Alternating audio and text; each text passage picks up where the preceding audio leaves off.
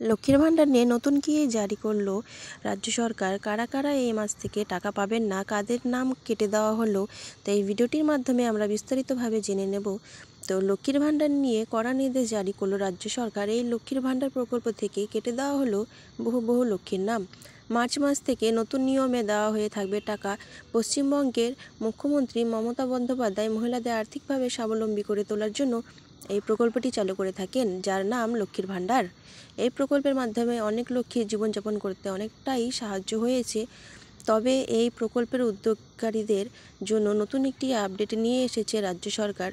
এই প্রকল্প থেকে বহু মহিলাদের নাম বাদ দিয়ে দিয়েছে এবং এই মাস থেকে তারা কোনো রকম ভাতা নাও পেতে পারে। এই প্রকল্পটি 2021 সালে মমতা বন্দ্যোপাধ্যায় নিজে চালু করেন, যা 2024 সালের লোকসভা নির্বাচনের আগে এই ভাতাটির টাকা বৃদ্ধি করেছেন। আগে যেই লক্ষ্মীরা 700 টাকা করে পেতেন তারা 1000 টাকা করে পান, আর যারা 1000 টাকা করে পেতেন তারা 1200 টাকা করে পাচ্ছেন। এই উদ্যোগ থেকে বহু মহিলাদের নাম কেটে দেওয়া হয়েছে। মহিলাদের এটি চিন্তার কারণ হয়ে উঠেছে। লক্ষ্মীর ভাণ্ডার প্রকল্পের নাম বাদ দিয়ে দেওয়ার পেছনে সরকার একটি বিশেষ কারণ উল্লেখ করেছেন, যেগুলির জন্য তাদের নাম বাদ পড়েছে। অনেক মহিলাদের একাধিক ব্যাংক অ্যাকাউন্ট থাকার কারণে সেই জন্যেই এইসব মহিলাদের নাম বাদ দিয়ে দেওয়া হয়েছে।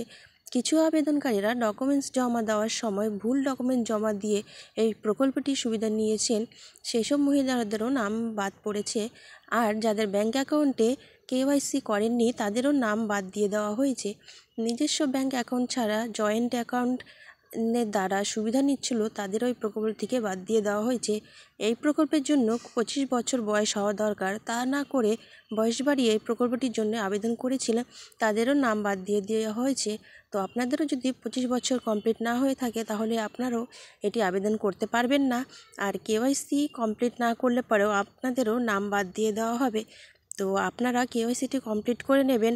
আর যারা নতুন রয়েছেন আবেদনকারীরা তাদের 25 বছর পূরণ করবেন, তারপরেই আপনারা এটির জন্য আবেদন করতে পারবেন। তো ভিডিওটি ভালো লাগলে অবশ্যই লাইক করবেন।